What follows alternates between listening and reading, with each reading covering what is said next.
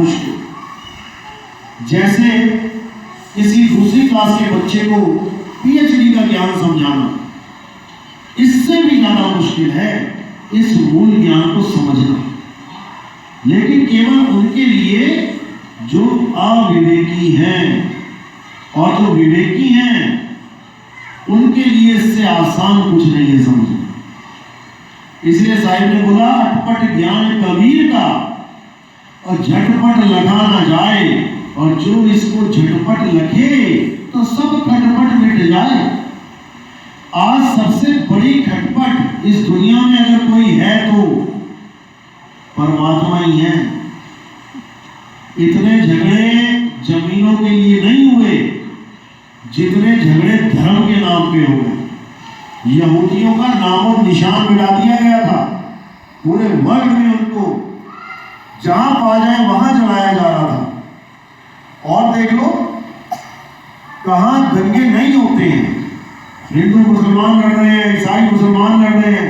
आज जितने भी बड़े से बड़े मुद्दे हैं वो केवल धर्म के मुद्दे हैं। और सब जानते हैं कि परमात्मा कह लो, अल्लाह कह लो, वाहिगुरु कह लो, राम कह लो, श्याम कह लो, सब एक ही है। किसी भी धर्म में ये नहीं बोला जा रहा कि परमात्मा दो हैं, परमेश्वर दो हैं, कहीं नहीं बोला जा रहा। बोला एक ही जा रहा है, लेकिन उस एक का ही झगड़ा भी मचा हुआ है। जैसे पानी के कई नाम हैं, जल, वाटर, नीर, थोए, पानी। अब जो समझदार है वो तो समझ रहा है कि एक ही चीज के पांचों नाम है, लेकिन जो ना समझ है, पीना वो भी पानी ही चाहते हैं, पीना वो भी वाटर ही चाहते हैं, लेकिन केवल नामों के पीछे झगड़ा कर बैठे हैं। अब ये झगड़ा सुलझाए कौन? कौन सुलझाए इस झगड़े को? तो कहते नौ मन धागा उलझिया, कहो कौन सुलझा? और सतगुरु ऐसा सुलझाया कि फिर उलझाना जाए। इस झगड़े को केवल और केवल सतगुरु ही सुलझा सकता है। और सतगुरु कौन है?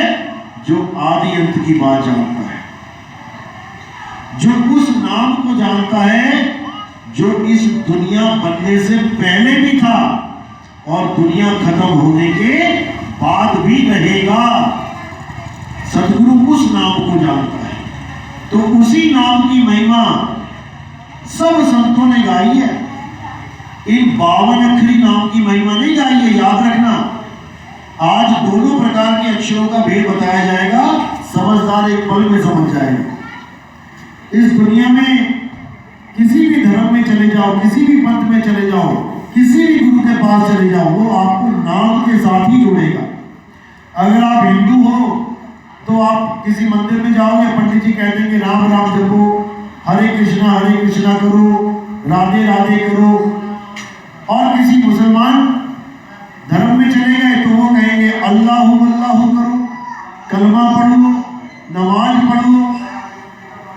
किसी सिख धर्म में चले गए तो वो कहेंगे वाहिगुरु वाहिगुरु जप लो। ईसाइयों के पास चले गए तो कहेंगे प्रेयर कर लो।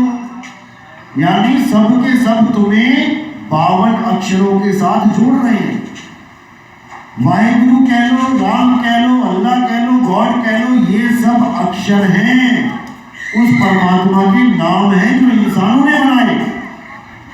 लेकिन एक ऐसा समय था जब इंसान को बोलना, लिखना, पढ़ना भी नहीं आता था, जब वो आदि मानव था, एक जानवर की तरह जीवन व्यतीत करता था। तब उसको ना तो राम बोलना आता था, ना श्याम बोलना आता था, ना अल्लाह का आ बोलना आता था, वाहिगुरु का वाह बोलना आता था। वो सारे अक्षरों से अनभिज्ञ था, कोई अक्षर उसके जीवन में नहीं थे। यहां तक कि कपड़ों की जगह वो पत्ते पहनता था। यहां तक कि आग ना होने के कारण मांस भी कच्चा खाता था, ऐसी हालत थी उसकी। लेकिन धीरे धीरे धीरे उसने खोज शुरू करी, आग की खोज करी, धीरे धीरे पहिए की खोज करी। ऐसे ही युग पलटता चला गया। आगे से आगे उसने क्या किया? उसने अक्षरों की खोज करी। और जहां भी वो रहता था, जिस भी देश में वो रहता था, अपने अपने देश के अनुसार, यानी अपनी अपनी स्थानीय भाषा में अक्षरों को बना के बैठ गया। हिंदुस्तान में रहने वालों ने अक्षरों की खोज करी, आ ई ऊ का खा गा। इंग्लैंड में रहने वालों ने खोज कर ली ABCDEFG। अरब वालों ने, उर्दू वालों ने खोज कर ली अलिफ बे ते पे। ऐसे ही अलग अलग भाषाएं डेवलप हो गई। किसने करी? इंसान ने करी। जब भाषाएं नहीं थी, ये अक्षर नहीं थे, तब राम का नाम कहां था? तब वाहे गुरु का वाह गुरु कहां था? तब अल्लाह का आ कहां था? ला कहां था? हा कहां था? किसी के पास कुछ भी नहीं थे, कोई अक्षर नहीं था। लेकिन केवल अक्षर ना होने के कारण क्या राम नहीं था? क्या वाहिगुरु नहीं था? क्या अल्लाह नहीं था? वो तो था और वो सदा रहेगा। चाहे ये अक्षर आज ही खत्म हो जाए, वो तब भी रहेगा, क्योंकि असल में ये अक्षर मैन मेड है, इंसानों के द्वारा बनाए गए हैं, झगड़े का कारण है, क्योंकि इंसानों ने बनाया इसको। पानी के लिए कोई झगड़ा नहीं है, चाहे जल कह के पी लो, वाटर कह के पी लो, नहीं भी पता है तब भी 1,84 के जीव, कुत्ता बिल्ली हाथी घोड़ा, बिना ये जाने कि इसका नाम पानी है कि वाटर, अपनी प्यास बुझाते हैं। नहीं बुझाते क्या? सब बुझाते हैं बिना ये जाने कि इंसान इसको क्या कहता है, इंग्लैंड में क्या कहता है, जर्मनी में क्या कहता है, भारत में क्या कहता है, इससे कोई मतलब ही नहीं है, क्योंकि वो सीधे वस्तु के साथ अटैच हो रहे हैं। पानी पीने की एक करंट से चल रहे हैं। अब तुम अमेरिका में जो पंखा है उसको जानने के लिए किससे चल रहा है तो अमेरिका जाओगे क्या? इंग्लैंड में जो पंखा चल रहा है उसको जानने के लिए इंग्लैंड में जाओगे क्या? नहीं, अपने ही पंखे को हाथ लगा के देख लेना जहां पे करंट की तार हो। तुम्हें सारी दुनिया के पंखों के करंट का ज्ञान हो जाएगा जब एक झटका लग जाएगा बढ़िया वाला। वही झटका सारी दुनिया के पंखे चला रहा है। इसी प्रकार जब तुम अपनी आत्मा को जान लोगे तब ऐसा झटका लगेगा कि तुम्हें सारी दुनिया में जो आत्मा व्याप्त है सबकी खबर आ जाएगी कि ये मुर्दा शरीर कैसे चल रहा है, ये मुर्दा पंखा कैसे चल रहा है। उस आत्मा का बोध हो जाएगा। बस यही तुम्हारी भक्ति है। फिर जब अंत समय आएगा तो क्या करना है? खूब जोर जोर से रोना है। रोना है क्या? नहीं रोना है। जब अंत समय आएगा तो अपनी आत्मा में स्थित हो जाना है। अध्याय 3 17वां श्लोक।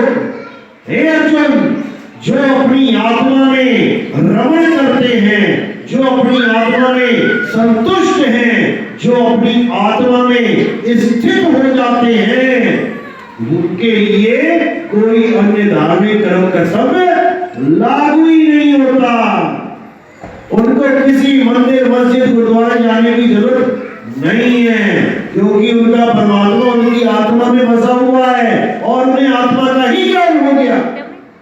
अब उसे कहीं जाने की जरूरत नहीं है, क्योंकि उसको पता लग गया कि मेरा घी कहाँ छुपा हुआ है। कहाँ छुपा होता है घी? पेड़ पे लटका हुआ है, जमीन में छुपा है। घी कहाँ से मिलता है? दूध में। अब अगर तुम्हें घी चाहिए तो केवल तुम दूध की खोज करो। इसी प्रकार अगर तुम्हें परमात्मा चाहिए तो तुम आत्मा की खोज करो। आत्मा में ही परमात्मा का डेरा है। इसीलिए आत्मा अजर अमर अविनाशी है। तो कबीर साहब कहते हैं आत्मा में परमात्मा दर से और परमात्मा में झाई जाएंगे पर छाई दर से लखे कबीरा साई। परमात्मा को देखना है तो अपनी आत्मा को खोजो, आत्म ज्ञान को जानो। गीता भरी पड़ी है आत्म ज्ञान से, लेकिन हमें आत्म ज्ञान तो कोई दे नहीं रहा, दूसरों की पूजा में लगा दिया। आत्म ज्ञान का मतलब समझ लो क्या होता है। सारे कह रहे हैं जल में नीर प्यासी मोहे देखत आवे हासी, आत्म ज्ञान बिना नर भटके, कभी काबा कभी काशी। मुसलमान काबा में भटक रहा है, किसको ढूंढने के लिए? अल्लाह को। और अल्लाह कहाँ है? अरे